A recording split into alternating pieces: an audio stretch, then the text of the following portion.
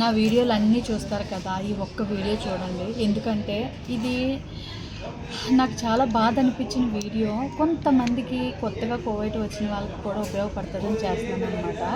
నేను ఒక వీడియో చూశానండి ఇప్పుడే, ఒక 10 నిమిషాల ముందు.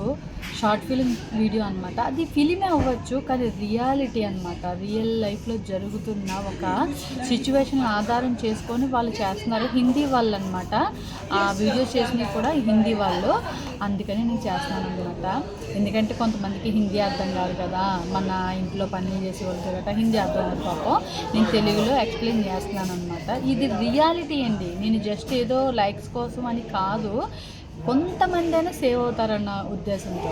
ఇప్పుడు ఆ వీడియో ఏంటంటే, ఒక తండ్రి పిల్లల్ని బాగా పెంచుకొస్తాడు, అంతా చేస్తాడు. పెద్ద కొడుకుని అయితే ఫారెన్ పంపించుకుంటాడు, చిన్న కొడుకుని ఇండియాలో ఉండి బాగా చదివించుకొని అన్నీ చేసుకొని పెళ్ళన్నీ చేసేస్తే పిల్లలు అన్నీ ఏర్పడిపోతాయి అన్నమాట. ఆ కొడుకు ఉన్నాడు కదా, పెద్ద కొడుకు ఏమో ఇక్కడ ఉన్నాడు. తండ్రి అంటే చాలా ఇష్టం అనమాట. చిన్న కొడుకు ఏం చేస్తాడు, ఉన్న రోజులు చూస్తాడు, కొన్ని రోజుల తర్వాత ఇంట్లోంచి బయటికి గెంటేస్తాడు అనమాట. నా భార్యని పిల్లల్ని చూసుకోవడమే సరిపోతుంది, నాకు అంత కెపాసిటీ లేదు నీ మందులకి నిన్ను చూడడానికి అని చెప్పి బయటికి గెంటేశాడు. పెద్ద కోడల దగ్గరికి వెళ్తే పెద్ద కోడలు తన ఫోన్ గట్రా తీసేసుకొని, నువ్వు ఇక్కడ రావడానికి వీల్లేదు, మేము ఎక్కడ చూస్తామని ఆవిడ కూడా బయటికి గెంటేస్తుంది. ఈ పెద్ద కొడుకు ఫారెన్లో ఉన్నాడు కదా, ఇంటికి వస్తాడు. మా నాన్నగారు ఏంటి అంటే, లేరు, వేరే ఊరు వెళ్ళారు, తనకి కొంచెం ఒంట్లో బాగోక అక్కడికి వెళ్ళారు మన చుట్టాల ఇంటికి. అలాగని అతను డిస్టర్బ్ చేయొద్దు అనగానే వచ్చిన 2 రోజులు బయటకు వెళ్తే బయట అడుక్కుంటాడనమాట. అడుక్కుంటుంటే వెళ్తూ గబుక్కుని భిక్ష వేసేసి వెళ్ళిపోతాడు. కానీ ఎందుకో వెనక్కి తిరిగి చూడగానే మా నాన్నలా ఉన్నాడు ఏంటని స్కార్ఫ్ కట్టుకొని వెళ్ళి, అంకుల్ మీకు ఏమైంది అసలు ఈ సిచ్యువేషన్లో, మీరు కొంచెం చూడడానికి బాగానే ఉన్నారు, పెద్ద ఇంటి నుంచి వచ్చినట్టున్నారు, ఎందుకు అడుక్కుంటున్నారంటే, నాకు ఏమీ లేదులే అమ్మా, ఎల్లు నువ్వు అలాగనగా, లేదు అంకుల్ మీరు చెప్పండి, నాకు ఏదైనా వీలైతే సాయం చేస్తాను అని అంటాడు. అన్న తర్వాత అతను ఏం చేస్తాడంటే, నా చిన్న కొడుకు ఇలాంటి సిచ్యువేషన్ నుండి నన్ను బయటికి గెంటేశాడు. నా పెద్ద కొడుకు నేనంటే చాలా ఇష్టం, ఫారెన్లో ఉన్నాడు, వస్తాడు, వచ్చి వీళ్ళందరికీ పనిష్మెంట్ ఇచ్చి నన్ను బాగా చూసుకుంటాడు. అలాగని అనగానే, నిజంగా కరెక్ట్గా చెప్పావు, నేను అదే చేస్తానని స్కార్ఫ్ తీయగానే పట్టుకొని ఏడుస్తాడండి. నాకు చాలా అంటే చాలా బాధ అనిపించిందండి.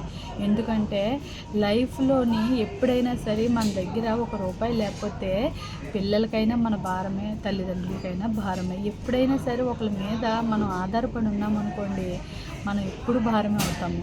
కాబట్టి మనం ఏం చేయాలంటే, అసలు ఇప్పుడు పిల్లల కింద ఉంటాం. ఆ వీడియో చూసి చాలా ఏడుపు వచ్చింది నాకు. ఎందుకంటే నిజ జీవితంలో జరుగుతున్న అయ్యే కదా. ఫర్ సపోజ్ అది ఫిలిమే అవ్వచ్చు, కానీ నిజ జీవితంలో కూడా ఎన్నో చోట్ల అలా జరిగాయి. అందుకనే నేను ఈ వీడియో చేస్తున్నాను. అందులోని ఆ వీడియో చూసి మనం నేర్చుకోవాల్సింది ఏంటంటే, మనం కన్నా తర్వాత పిల్లలకి మనం ఒక మంచి లైఫ్ ఇవ్వాలి. అది మటుకి న్యాయం అది. ఎందుకంటే మనం సంపాదించింది వాళ్ళకి పెట్టాలన్న రూల్ ఉంది కాబట్టి మనం కన్నాము, వాళ్ళని చూడాలి, తప్పదు.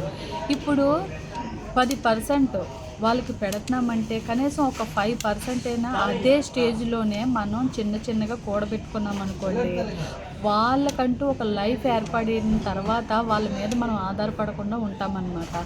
ఇప్పుడు ఫర్ సపోజ్ ఇప్పుడు కొడుకు పెళ్ళి అవుతుంది, కోడలు పిల్లలు అందరూ వస్తారండి. అతనికి కెపాసిటీ సరిపోదన్నమాట. పిల్లల్ని భార్యని చూసుకునేటప్పటికే మనం భారం అయిపోతాం. ఒకవేళ మన పెద్దవాళ్ళు అయితే మన పిల్లలకు మనం భారం అయిపోతాం. ఆ టైంలో వాళ్ళకు భారం కాకుండా ఉండాలంటే, ఇప్పుడు సంపాదించుకున్న దాంట్లోనే ₹1 మనం సైడ్ వేసుకున్నప్పుడు వాళ్ళు మనకి తిండి పెడతారు. వాళ్ళు తిండి దాంట్లోనే మనకు పెడతారు, ప్రాబ్లం లేదు. ఉన్న డబ్బులు మన మందుల ఖర్చులకు కానీ, మనకి ఏదైనా పర్సనల్ ఖర్చులకు కానీ పనికి వస్తాయన్నమాట. అందుకే నేను ఎప్పుడు ఒకటే మాట చెప్తాను, సేవింగ్స్ ఈజ్ చాలా ఇంపార్టెంట్ అనమాట. ఓకేనా, బై.